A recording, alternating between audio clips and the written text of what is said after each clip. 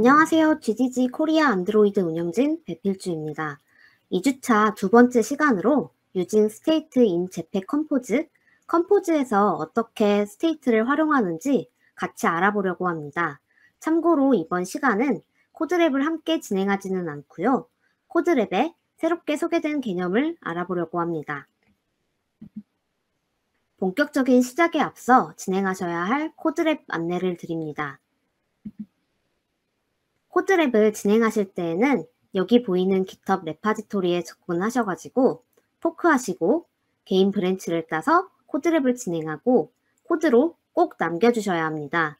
자세한 내용은 저기 GitHub 리드미에 적어놨으니 참고 부탁드리겠습니다. 그리고 저희 레파지토리가 지난 주말에 한번 업데이트 되었습니다. 시작하시기 전에 포크한 레파지토리를 한번 치신하 해주시고 진행해 주시면 되겠습니다. 제공드린 레포에서 이 위치의 폴더에서 작업을 해주시고 코드랩 결과를 커밋, 푸시해주세요. 그러면 작업을 위해서 이번 주 폴더를 안드로이드 스튜디오에서 열어보시게 되면 스타트와 피니시 두 개로 이루어져 있는 것을 보실 수 있습니다. 코드랩 진행은 스타트에서 진행해 주시면 되고요. 피니시드에는 완성된 코드가 들어 있습니다. 코드랩을 진행하시면서 필요하실 때 참고해 주시면 되겠습니다. 그러면 유징 스테이트 인 컴포즈 이번 코드랩에서는 주로 컴포즈의 아키텍처와 스테이트의 개념 그리고 컴포즈에서 스테이트를 어떻게 다루는지 알아봅니다. 컴포즈의 아키텍처가 어떻게 달라졌는지 알아보기 위해서 우리가 기존의 안드로이드 개발을 어떻게 하고 있었는지 살펴보고 가겠습니다. 기존 아키텍처에서 데이터가 바뀌었을 때 UI도 업데이트 되기 위해서는 뷰를 조회하고 속성을 설정해야 합니다. 데이터베이스나 네트워크 호출 로드 또는 사용자 인터랙션을 통해서 애플리케이션 상태가 바뀔 때마다 새로운 데이터를 UI와 동기화해야 합니다. 뷰마다 상태가 다르고 각각 업데이트해야 되기 때문에 과정이 매우 복잡하고요. 이 과정에서 엄청난 버그가 발생하기도 합니다. 이렇게 뷰를 수동으로 조작하게 되면 오류가 발생할 가능성이 되게 커지게 되는데요. 데이터를 여러 위치에서 렌더링한다면 데이터를 표시하는 뷰 중 하나를 업데이트하는 것을 잊기 쉽게 됩니다. 일반적으로 업데이트가 필요한 뷰의 수가 증가할수록 소프트웨어 유지관리 복잡성이 증가합니다.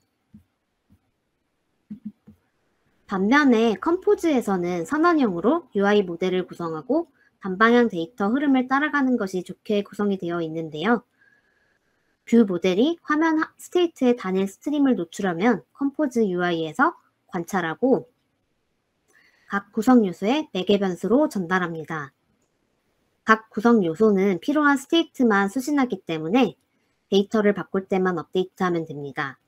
뷰 스테이트 객체에 단일 스트림을 생성을 해서 스테이트 변경을 한 곳에서 처리하도록 합니다. 그러면 스테이트란 무엇일까요? 네트워크 연결을 할 수 없을 때 보여주는 스낵바가 될 수도 있고요. 블로그 포스트와 댓글이 될 수도 있습니다. 또는 클릭할 때 재생이 되는 리플 애니메이션도 스테이트에 포함됩니다. 이와 같이 스테이트는 시간이 진행이 됨에 따라서 변경할 수 있는 모든 값을 포함합니다. 그러면 단방향 데이터 흐름을 사용을 해서 스테이트를 다루는 방법에 대해서 알아보겠습니다. 일반적인 이벤트 흐름은 다음과 같은데요. 이벤트가 발생하면 이벤트 핸들러는 UI에서 사용하는 스테이트를 변경을 하고요. 새 스테이트를 사용하도록 UI가 업데이트됩니다. 이러한 구조에서는 UI 스테이트가 뷰와 서로 얽혀 있기 때문에 UI가 커질수록 관리하기 어려워지는 경향이 있습니다. 테스트하기 어려울 수 있고 얽힌 스테이트와 뷰를 일일이 수동으로 업데이트 해줘야 되기 때문에 그 과정에서 의도하지 않은 깨진 UI가 발생하기 쉽습니다. 이러한 문제를 해결하기 위해서 컴포즈에서는 단방향 데이터 흐름을 도입했습니다. 단방향 데이터 흐름은 이벤트는 위로 보내고 스테이트는 아래로 받는 디자인입니다. 예를 들어 뷰 모델에서는 스테이트가 라이브 데이터를 사용해서 아래로 흐르는 동안에 UI 메소드를 호출하고요. 그리고 이제 이때 이벤트가 위로 전달됩니다. 코드랩을 통해서 상세한 코드 예제와 함께 확인하시기 바랍니다. 네, 간단한 흐름을 알았으면은 이제 컴포즈가 내부적으로 스테이트와 상호작용할 수 있는 방법을 살펴보고 이 스테이트를 저장해서 활용하는 방법을 알아봅니다. 컴포즈로 개발하기에 앞서 몇 가지 알아둬야 할 사항이 있는데요. 컴포즈 함수는 순서와 관계없이 실행할 수 있고 동시에 실행할 수 있기 때문에 각 함수는 독립적이어야 합니다. 또한 리컴포지션, 재구성이 일어나는 경우 데이터가 변경되어 업데이트해야 되는 부분만 실행됩니다. 따라서 컴포즈를 효율적으로 만들기 위해서는 같은 데이터라면 동일한 화면을 그릴 수 있도록 해야 합니다. 그리고 컴포즈 함수는 모든 UI 프레임에서 실행될 수 있기 때문에 비용이 많이 드는 작업을 컴포즈에서 실행을 하게 되면 UI 버벅거림이 발생할 수 있습니다. 이러한 작업은 외부의 다른 스레드로 이동해서 작업을 해주셔야 합니다. 지금 컴포즈 함수의 특징을 설명드린 이유는 컴포즈가 화면을 업데이트할 때 내부적으로 스테이트와 어떻게 상호작용하는지 이해를 돕기 위함인데요. 코드랩 5장에서 설명하고 있는 코드 예제를 바탕으로 살펴보겠습니다. 투두 앱에서 각 줄을 구성하려고 하는데 텍스트에 태스크를 써줄 예정이고요. 아이콘 컬러는 생성될 때마다 랜덤으로 넣어줄 예정입니다. 원래 한 줄을 생성할 때만 랜덤 색상 중 하나로 설정을 하려고 했었는데요. 이로 인해 목록이 변경될 때마다 각 라인도 다시 호출되고 아이콘 색상도 다시 설정되는 것을 볼 수가 있습니다. 리컴포지션은 데이터가 변경될 때 컴포즈 트리를 업데이트하기 위해서 동일한 컴포저블을 다시 실행하기 위한 프로세스입니다. 코드랩 예제에서는 새 목록으로 다시 호출될 때 레이지 컬럼의 모든 차일드가 리컴포지션 되기 때문에 새로운 랜덤 컬러가 매번 적용됩니다. 리컴포지션 될 때마다 아이콘이 업데이트 되는 이유는 말 그대로 아이콘 컬러가 랜덤 값을 가지고 있기 때문인데요. 컴포저블은 리컴포지션을 지원하기 위해서 하나의 함수에서는 하나의 결과값을 가져야 합니다.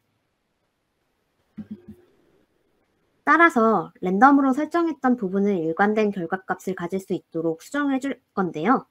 이때 remember라는 키워드를 사용해서 컴포지션 트리에 저장할 수 있도록 업데이트할 수 있습니다.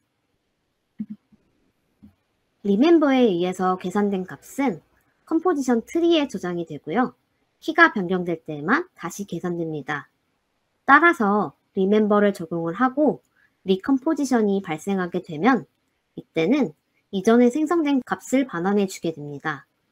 우리는 이때 remember를 사용해서 내부 스테이트를 가지고 있는 컴포저블을 stateful 컴포저블이라고 하고 내부 스테이트를 갖지 않는 컴포저블을 stateless 컴포저블이라고 부릅니다. 내부 스테이트 여부에 따라서 특징을 간단히 살펴보면은 stateful 컴포저블은 호출하는 쪽에서 스테이트를 관리할 필요가 없습니다.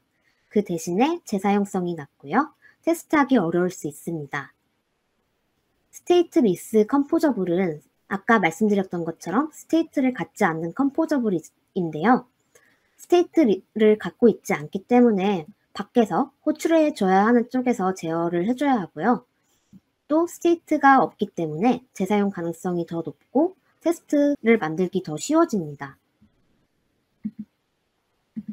따라서 stateful 컴포저블에서 테스트 가능성을 높이고 재사용성을 높이기 위해서 stateless로 만들어지는 것이 중요한데요. stateless를 만드는 한 가지 쉬운 방법은 state 호이스팅을 이용하는 것입니다. 그러면 state 호이스팅이 어떤 개념인지 한번 확인해 볼까요? 이번에는 6장에 있는 예제를 통해서 설명하려고 합니다. 왼쪽에 보시는 이미지와 같은 UI를 만들 건데요. 텍스트가 들어갈 때 에디트 텍스트를 활용을 하고요. 애드 버튼을 추가해 주려고 합니다. 그러면 컴포즈에서는 input 텍스트 필드를 사용하고요. 그리고 옆에 에디트 버튼을 붙여줄 거예요. 그러면 스테이트는 input 텍스트 필드에서 가지고 있을 수 있을 텐데요.